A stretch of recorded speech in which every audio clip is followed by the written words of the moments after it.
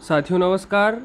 ज्ञान एवं पाठ्यक्रम इस विषय पर बीएड प्रथम वर्ष के छात्रों के लिए कुछ महत्वपूर्ण प्रश्न हैं। यह प्रश्न हमारे अति लघु उत्तरीय, लघु उत्तरीय एवं दीर्घ उत्तरीय प्रश्नों को करने में बहुत ही सहायक और उपयोगी सिद्ध होंगे। आइए इन प्रश्नों को देखते हैं। क्रिया प्रधान पाठ्यक्रम शिक्षा जगत का ऋणी है, इसे किसने कहा है? तो जॉन डेवी महोदय ने कहा है। प्रयोजनवादी विचारधारा बालकों को शिक्षा का केंद्र बिंदु मानने के साथ साथ उनके उपयोगिता के सिद्धांत पर बल देते हैं।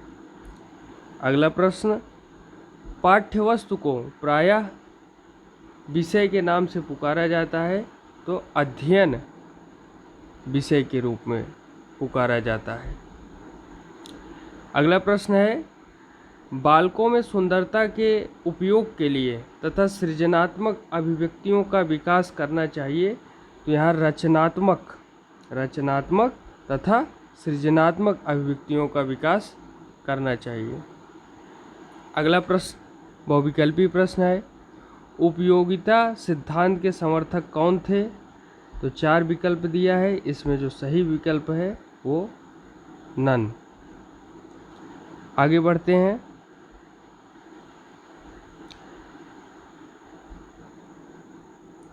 क्रो ने किस सिद्धांत का प्रतिपादन किया? तो क्रो ने विकास का सिद्धांत, क्रो किस सिद्धांत का प्रतिपादन किया? तो विकास का सिद्धांत प्रतिपादित किया। अगला प्रश्न है, कौन सी विचारधारा बालक की व्यक्तिगता इंडिविजुअलिटी पर बल देती है? तो कौन सी विचारधारा है? तो यह है प्रकृतिवादी विचारधारा। वो इंडिविजुअलिटी पर बल देती है कि नदी के पास खड़े होकर के प्रकृति के साथ हवाओं की गति में अपनी गति को जोड़ना, प्रकृति के मनोरम दृश्य को अपने अंतर्मन में सजोना, ये सारी चीज़ें जो है व्यक्तिगता इंडिविजुअलिटी पर बल देती है। अगला प्रश्न, क्यूरिकुलम शब्द की उत्पत्ति लैटिन भाषा के किस शब्द से हुई है? तो इसका जो सही उत्तर है वह है आ, अर्थात करियर, CURRERE। तो ये काफ़ी महत्वपूर्ण प्रश्न है। वस्तुनिष्ठ प्रश्न है, नीचे दिए गए कथनों का उत्तर हाँ अथवा ना में दीजिए। तो पाठ्यक्रम शिक्षा का आधार है, हाँ या नहीं। दूसरा है, पाठ्यक्रम का निर्माण केवल अध्यापक ही करते हैं। तीसरा है, पाठ्यक्रम का क्रियान्वयन केवल अध्यापक करते हैं। पाठ्यक्रम की विषय वस्तु चुनते समय बालकों की क्षमता तथा रुचियों का ध्यान रखा जाना चाहिए। तो पाठ्यक्रम शिक्षा का आधार है, बिल्कुल सही बात है कि पाठ्यक्रम शिक्षा का एक आधार होता है, उसी के आधार पर जो है चीज़ें पढ़ाई जाती हैं। तो दूसरा है, पाठ्यक्रम का निर्माण केवल अध्यापक ही करते हैं। अध्यापक सामाजिक दृष्टिकोण से और बढ़ती हुई परिस्थितियों के बीच किस प्रकार से व्यावसायिकता पर बल देते हुए पाठ्यक्रम का निर्माण अध्यापकों की पूरी टीम करती है, तो ये भी बिल्कुल सही बात है। पाठ्यक्रम का क्रियान्वयन केवल अध्यापक करते हैं, तो पाठ्यक्रम पढ़ाने का कार्य अध्यापक ही करते हैं। पाठ्यक्रम की विषय वस्तु चुनते समय बालकों की क्षमता या रुचियों का ध्यान रखा जाना चाहिए, निश्चित रूप से रखा जाना चाहिए। तो यहाँ पर हमने इन प्रश्नों को देखा। आगे बढ़ते हैं।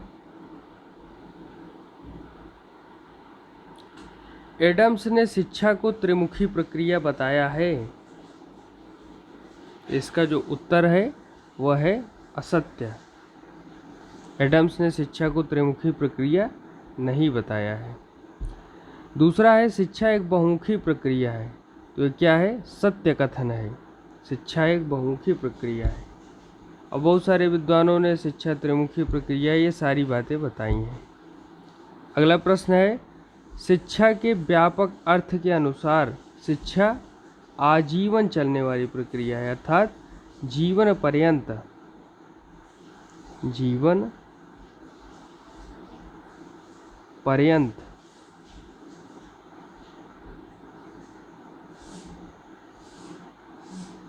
आगे बढ़ते हैं।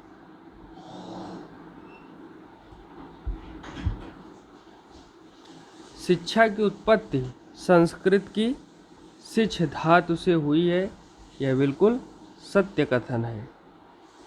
औपचारिक शिक्षा का संबंध विद्यालयी शिक्षा से होता है, यह भी बिल्कुल सत्य कथन है।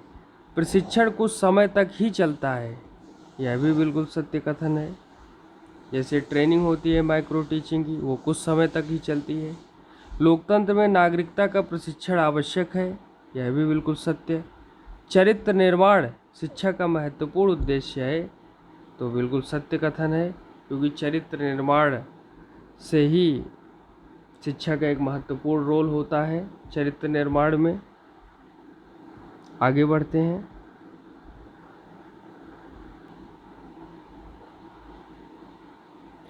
विद्या विनम्र बनाती है, यह बिल्कुल सत्य कथन है। जिससे सीखा जाए वह विद्या है, यह बिल्कुल सत्य कथन है। विद्या वह है जो मोक्ष नहीं दिलाती, यह भी विद्या वह है जो मोक्ष नहीं दिलाती, तो यह बिल्कुल असत्य कथन है, क्योंकि ज्ञान मार्गी विद्या, ज्ञान मार्ग मोक्ष का एक रास्ता होता है, मोक्ष प्राप्त करने का एक रास्ता होता है, मुक्ति प्राप्त करने का रास्ता होता है। परा विद्या और अपरा विद्या विद्या के प्रकार हैं, बिल्कुल सत्यवाद कथन है। शिक्षक एक माली की तरह होता है, यह भी बिल्कुल सत्य कथन है। ये अति महत्वपूर्ण प्रश्न है जो हमारे एग्जाम के पॉइंट ऑफ व्यू से बहुत ही महत्वपूर्ण है। किस धर्म के अनुसार शिक्षा का एक विषय बिहारों को बनाना था, तो यह बौद्ध। दूसरा है प्राचीन भारत में उच्च शिक्षा का मुख्य केंद्र था, तो वल्लभी। प्राचीन भारत का या उच्च शिक्षा का मुख्य केंद्र था, तो वल्लभी। आगे बढ़ते हैं।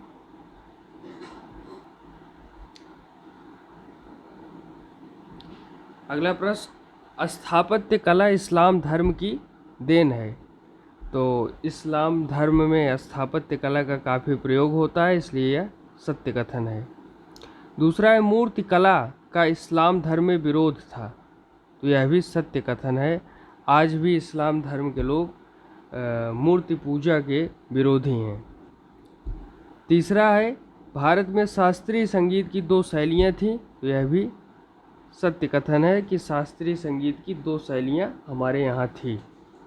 चौथा है छत्रपति शिवाजी टर्मिनल यूनेस्को की धरोहर है, तो यह भी बिल्कुल सत्य कथन है कि छत्रपति शिवाजी टर्मिनल को यूनेस्को के धरोहर के रूप में शामिल किया गया है, और ये भारत की बढ़ती हुई ताकत और भारत की बढ़ती हुई प्राचीन संस्कृति की ताकत का एक जीता जागता और अनुपम उदाहरण है। आगे बढ़ते हैं।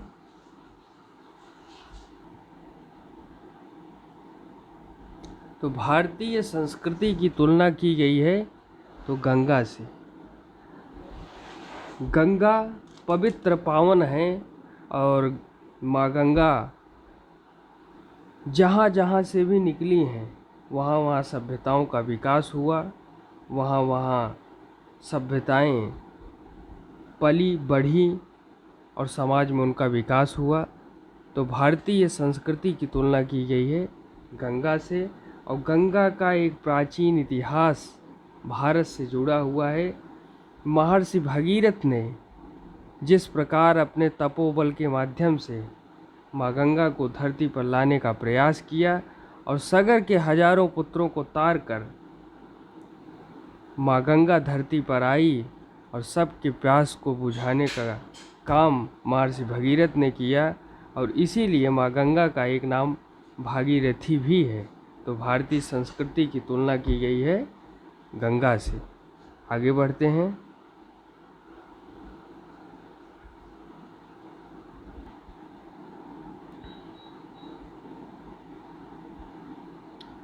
चित्रकला को मुस्लिम काल में प्रोत्साहन था, तो थोड़ा बहुत था ही, क्योंकि हम मध्यकालीन युग में देखते हैं, मध्य मेडिवल पीरियड में, कि जहांगीर, अकबर और जितने भी शासक रहे हैं उन्होंने थोड़ा बहुत चित्रकला को प्रोत्साहन देने का कार्य किया था। मूर्ति का इस्लाम विरोध करता है, तो ये बिल्कुल सत्य बात है। आज भी इस्लाम मूर्ति पूजा का विरोधी है। चौथा है स्थापत्य कला इस्लाम की देन है, सत्य कथन है, क्योंकि इस समय में, इस पीरियड में स्थापत्य कला को प्रोत्साहन मिला था। पांचवा प्रश्न है वास्को डी गामा एक पुर्तगाली नाविक था, तो ये बिल्कुल सत्य कथन है। वास्को डी गामा पुर्तगाल से आया था और उसने जो है भारत आकर के ये पता लगाया कि यहाँ भी एक सभ्यता है और दुनिया को भी अवगत कराया। तो हम अब आगे बढ़ते हैं।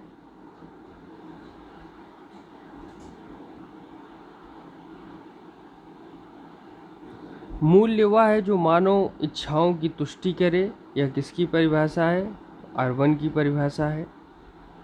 मूल्य वह है जो मानव इच्छाओं को तुष्टि करे। दूसरा, सुख को मूल्य की अनुभूति के रूप में व्यक्त किया जा सकता है। सुख को मूल्य की अनुभूति के रूप में व्यक्त किया जा सकता है, यह किसकी परिभाषा है? तो यह परिभाषा है मैकेंजी की। तीसरा प्रश्न है मूल्य शब्द का आशय वैल्यू से है, ये जो है सत्य बात है। अभिकरण को साधन भी कहते हैं, यह भी सत्य कथन है। प्रश्नों की श्रृंखला आज यहीं तक। कुछ महत्वपूर्ण प्रश्नों पर आगे भी चर्चा करेंगे आने वाले वीडियो में। तब तक के लिए बने रहिए हमारे साथ। धन्यवाद। जय हिंद।